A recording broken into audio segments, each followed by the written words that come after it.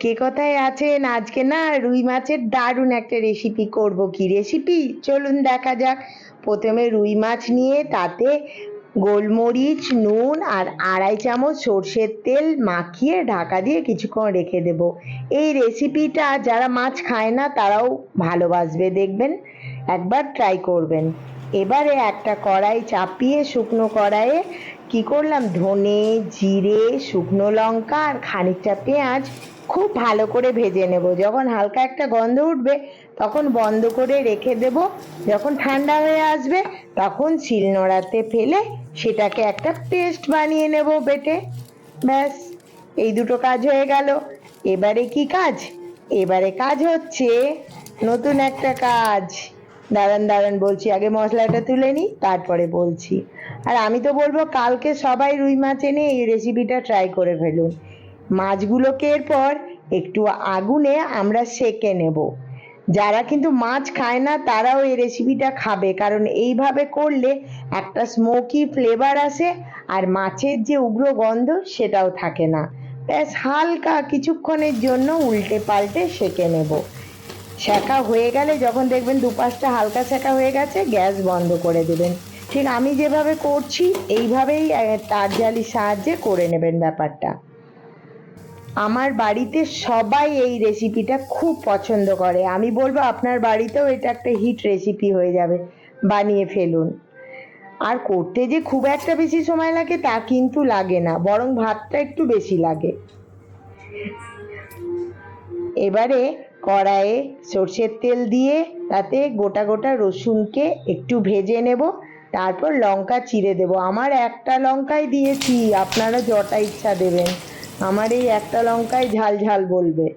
ব্যাস, এরপর যে বাটা মশলাটা রেখেছি সেটা দিয়ে নেব। দেওয়ার পরে খুব ভালো করে কষে নিতে হবে। যখন কষে তেল ছেড়ে আসবে তখন কাজ হচ্ছে আমরা টক দই দিয়ে দেবো। টক দইটা কিন্তু খুব ভালো করে ফেটিয়ে নেব, নিয়ে দিয়ে বেশ ভালো করে মিক্স করে নেব।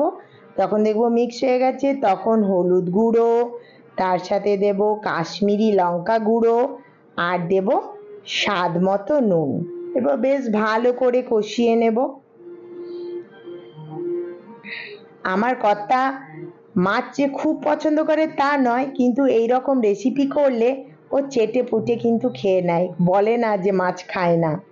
ব্যাস, মশলাটাও কষা কষা হয়ে এসছে। এবারে নেক্সট স্টেপ, এই একদম তেল ছেড়ে ঝুরঝুরে হয়েছে। এবারে দিয়ে দিলাম জল। বেশ খানিকটা জল দিয়ে ভালো করে মশলার সাথে মিশিয়ে একবার ফুটিয়ে নিলাম। ফোটানোর পরে ঢাকা দিয়ে 5 মিনিট ফুটিয়ে নেব। ফোটানো হয়ে গেলে দিয়ে দেব যে মাছগুলো সেঁকে রেখেছি সেই মাছগুলো। ব্যাস, এই মাছগুলো দেওয়ার পরে একটু নাড়াচাড়া করে ঢাকা দিয়ে রেখে দেব পাক্কা 15 মিনিট। আর গ্যাসের ফ্লেম বা ইন্ডাকশন সবই কিন্তু মিডিয়ামে থাকবে। এই দেখুন বেশ ঝোলটা মরে এসছে, মাখো মাখো হয়ে এসছে। একবার উল্টে পাল্টে নেব। এবারে বেশ খানিকটা ধনে পাতা ওপর থেকে ছড়িয়ে আবার একবার নাড়াচাড়া করে নেব। আহা হা, দারুণ গন্ধ বেরিয়েছে, দারুণ দারুণ গন্ধ বেরিয়েছে। আমার ছেলে একবার নাচ করে বলে গেল, মা মাছু হচ্ছে। আমি বললাম ইয়ে, এবারে টেস্ট করার পালা। চলুন তাহলে।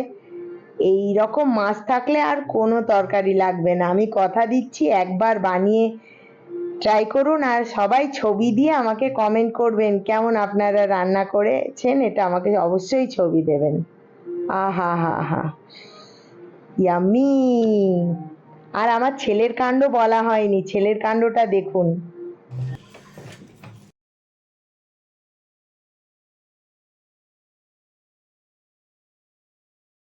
Yummy yummy yummy ta-ta. মেয়ে বলেছে মেয়ে মাছ খাওয়াটা করবে।